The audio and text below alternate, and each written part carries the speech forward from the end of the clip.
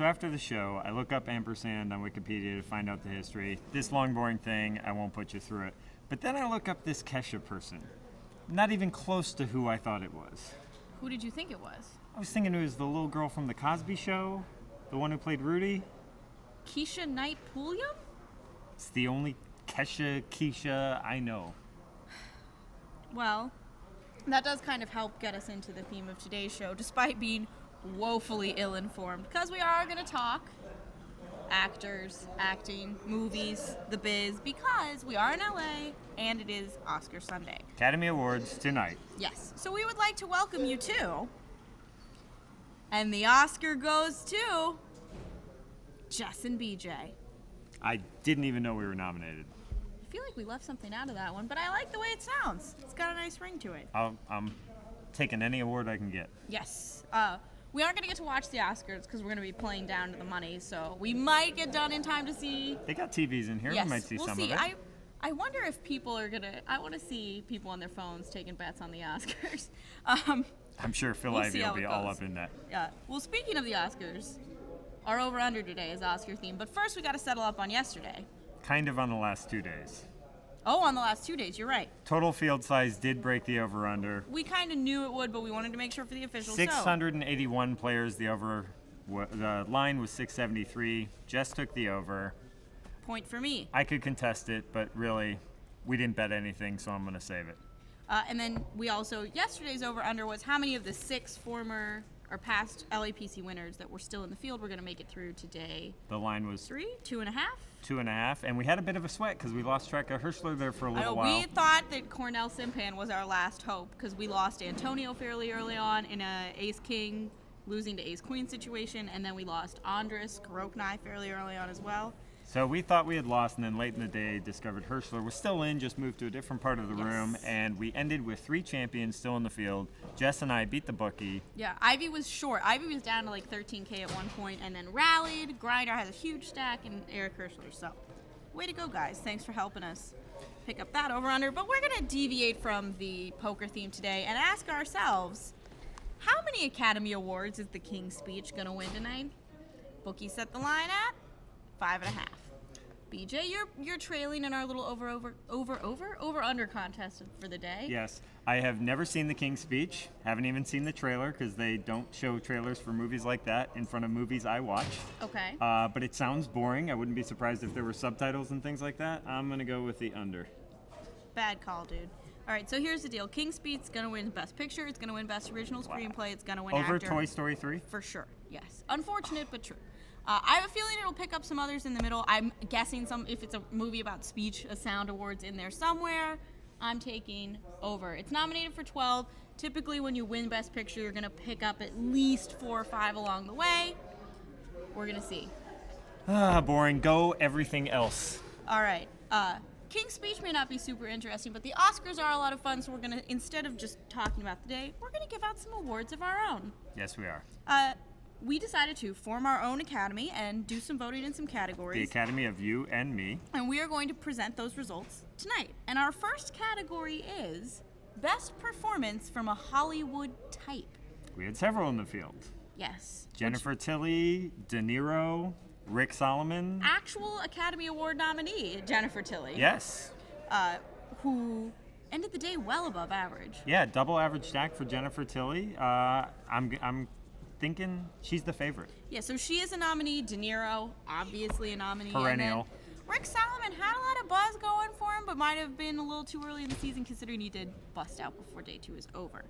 All right, now we're going to get the results here in a second, but just to clarify, if you're wondering, the bookie's on probation lately, let's be honest. So we do have 3 Pricewaterhouse accountants standing by watching the bookie tabulate the Academy results from the panel of you and I.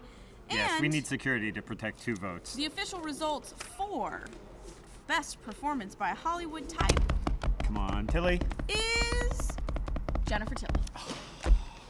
Jennifer Tilly can't be here to accept this award because she probably has better things to do. And play hasn't started yet, but we'll let her know that Yes.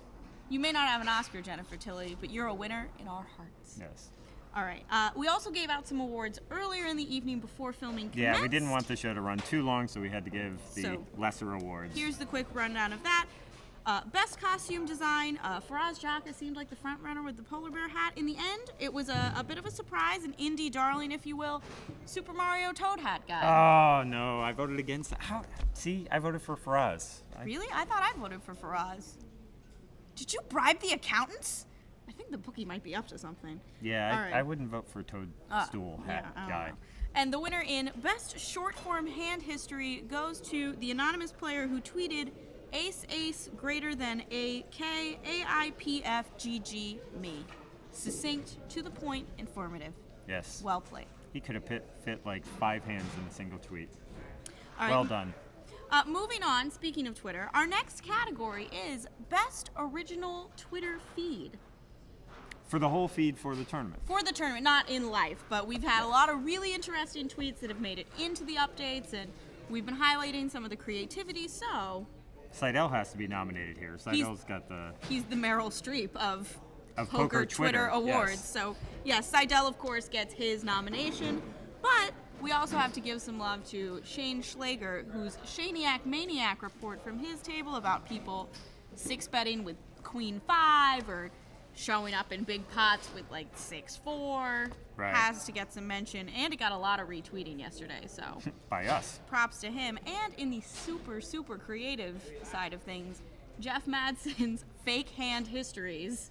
See, this is where they're kind of conflicted a bit. See, if there was like a fiction and a nonfiction category, they wouldn't have to compete each other, but there's only one, so Jeff's fake tweets versus Shaniac's real maniac tweets. Who is the winner going to be? Let's find out right now. Come on, fake tweets. Wow. Despite busting out yesterday, Jeff Madsen has captured the Best Original Twitter Feed award for his fake hand histories. Yes. Just to give a sample, he had things like folded ace-ace pre-flop because... Tony Kuzno and Steve Zolotow were all in, figured one of them had ace-ace, and my equity wasn't great. Yes, and folded top set on the river to Alan Kessler with 150 to 1 pot odds and figured he still wasn't getting the right odds to make the call. Yeah. Excellent work by Jeff Madsen. Jeff Well Madsen, deserved. nicely done. And then we've gotten to the big award of the night, the huge one we've all been waiting for, Best Overall Performance. Keep in mind we had, how many people start the day? 500-ish people start the day, only 239? 238. 238 remain. 239, you were right. Of all of those people, who had that lasting impact on the field? BJ, would you like to start introducing the nominees? The nominees. Nominee number 1, Michael the Grinder Mizrachi, who won this event back in Season 3, still finishing strong up among the chip leaders. Hell of a performance from a guy who made his name in this tournament. We thought that he had really reached his peak last year with his comeback story, but big run in an event you've already won, continuing off a remarkable comeback.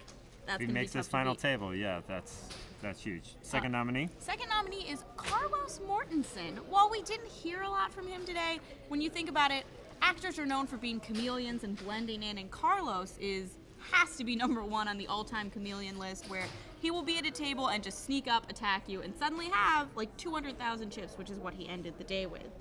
And our final nominee, the man, the myth, the taxi driver, the raging bull. Dwight Smith?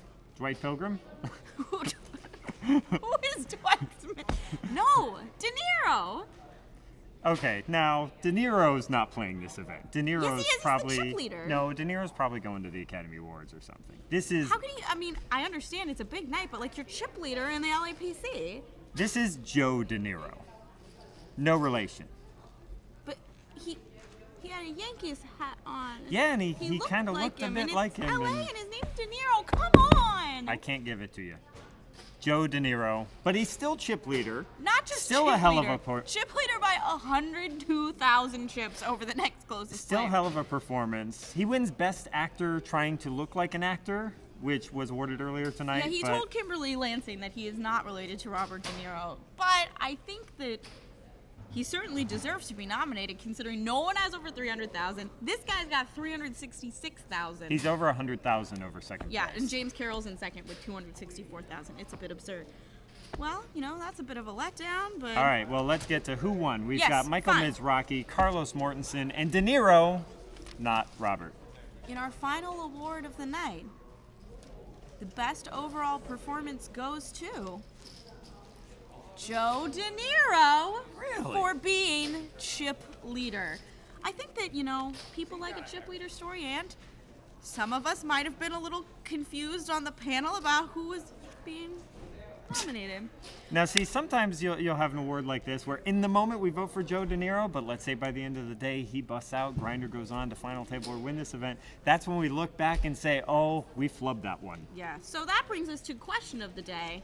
What is the biggest all-time Oscar snub? At the actual Academy At the Awards? actual... I know our awards have a long and illustrious history, but so far we don't really have We've been any doing this glaring errors. We've been doing this since 2011. Yeah.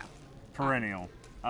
For me, I always get bummed when the really awesome animated films get the short shaft simply because they're nominated. I thought Toy Story back in '95 Yeah, should for sure. have been the best picture of the year, and also WALL-E. I thought WALL-E was just a phenomenal movie. But for biggest snub, I got to go Citizen Kane, 1941. It's often picked as the greatest film of all time, most influential film of all time. It was nominated that year. It lost. It only won for best screenplay. It lost... You have to remind me who it lost to. I should know this. Some other movies. Not Citizen Kane. That's what it lost to. I think it was a John Huston film. Not sure. Oh, How Green Was My Valley? There we go. Which is charming, but it's not particularly memorable, as indicated by the fact that we don't remember it. And for me, I think Citizen Kane holds up. I still watch it probably every 2 or 3 years. I watched it over the Christmas break. Great film. Nice. Snub. Your choice. I'm such I've been an Oscar enthusiast, and I have big Academy Awards books, so it was hard, and it was a very long list and lots of paring down. But in the end, it kind of fits because we were talking about De Niro. De Niro snubbed? No, De Niro was the one who won the award when really John Cazale should have won, should have been nominated and should have won Best Supporting Actor for Who the hell is John Cazale? Fredo. Fredo from The Godfather. Yes, Godfather 2. Okay. Robert De Niro wins Robert De Best Niro was Supporting awesome. Actor. He hardly even talks. He didn't barely need on to screen. talk. He was, And yes, he was menacing, and he's not a big guy. He was just this menacing presence. He was awesome in that movie. yeah, he was very good, but he's certainly not Fredo. I mean, we all Fredo? love Fredo. And then he's the scene with Michael where it's, I got passed over. Who loves I'm Fredo? Smart. Fredo put out a hit on his brother and his brother's family. Because no one Fredo would screwed up the respect him. family because he's a screw up. But I mean, the thing is, I think John Cazale brought so much humanity to Fredo, and then it was very unfortunate he passed away from cancer just a few years later. And we didn't get to see anywhere near the amount of work that we thought we were going to see from John Cazale. I say this like I was there; I wasn't even alive at the point. I never even knew his But name. I love John Cazale. I love Fredo's like my all-time favorite Godfather character. And You know what, Jess? I think nobody really sympathizes with Fredo, but I think this explains a lot about I'm sorry, you. his brother. Spoiler alert, kids. His brother Yes. had a hit put out on him. You don't Sorry. sympathize with a guy whose own family member killed him off? Only Jess puts Because a he's spoiler alert stupid? on a movie from 1974.